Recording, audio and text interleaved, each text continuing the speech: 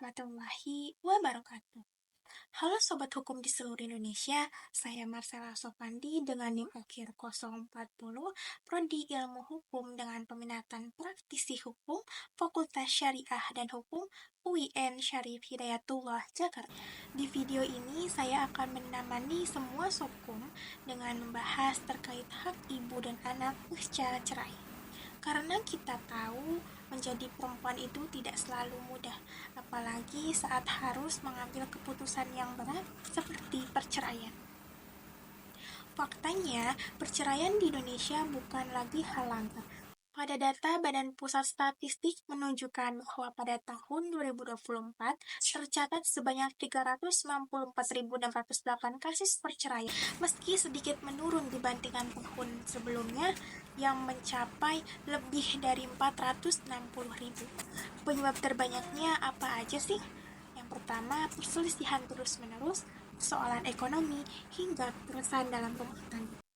Artinya, banyak perempuan atau seorang ibu yang akhirnya harus mengambil jalan ini demi keselamatan dirinya sendiri serta masa depan anak-anaknya. Menjadi muncul pertanyaan yang besar, yaitu anak ikut siapa? Ibu bisa dapat apa saja? Lalu bagaimana caranya jika ibu tidak punya pengacara? Mari kita bahas satu persatu. Pertama, soal hak asuh anak. Dalam pasal 41 Undang-Undang Nomor 1 Tahun 1974 dijelaskan bahwa meskipun orang tua bercerai, keduanya tetap memiliki kewajiban untuk memelihara dan mendidik anak-anak mereka hingga mereka dewasa atau menikah. Secara lebih khusus, komplikasi hukum Islam pada pasal 105 menyebutkan bahwa anak yang belum memayyiz atau belum mencapai usia 12 tahun pada umumnya berada dalam pengasuhan ibu. Ini bukan sekadar pengakuan biologis, tetapi juga pengakuan emosional dan psikologis. Namun, meskipun anak diasuh oleh ibu, ayah tetap wajib memberikan nafkah pada anaknya meliputi kebutuhan hidup, biaya sekolah, kesehatan, dan kebutuhan dasar lainnya. Lalu selanjutnya, bagaimana dengan hak ibu sendiri? Sayangnya, masih banyak perempuan yang tidak tahu bahwa setelah cerai, ibu tetap memiliki hak hukum yang bisa dituntut di pengadilan.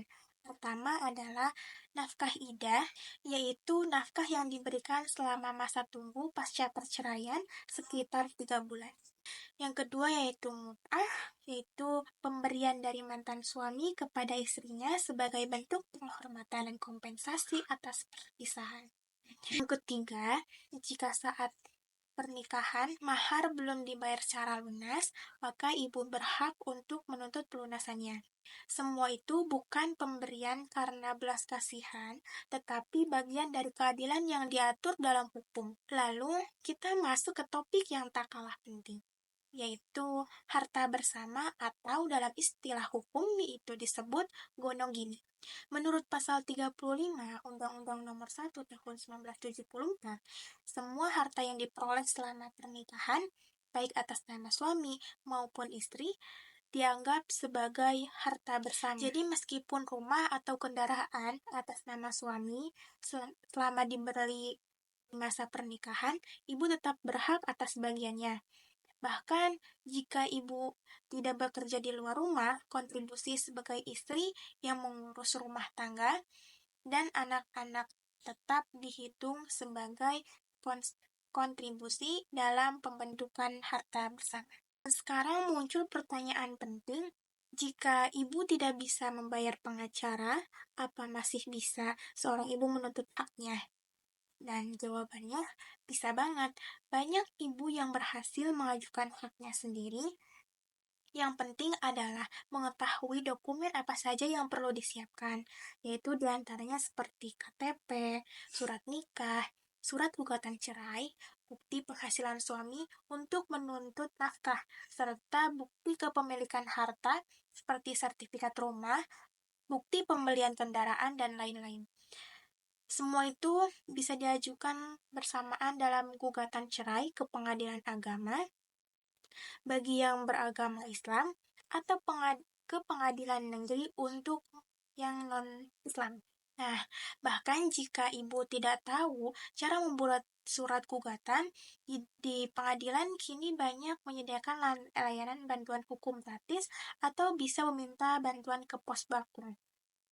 Hal yang tak kalah penting, jika perceraian terjadi karena kekerasan dalam rumah tangga atau biasa disebut KDRT, maka hukum sebenarnya berpihak lebih kuat kepada ibu. Dalam Undang-Undang Nomor 23 Tahun 2004 tentang penghapusan KDRT dan Undang-Undang Perlindungan Anak Nomor 35 Tahun 2014 memberikan dasar hukum bagi pengadilan untuk pertama, memberikan hak asuh anak kepada ibu secara penuh, melarang ayah pelaku KDRT untuk mengunjungi anak, bahkan mencabut hak asuh dan kunjung jika dianggap membahayakan anak.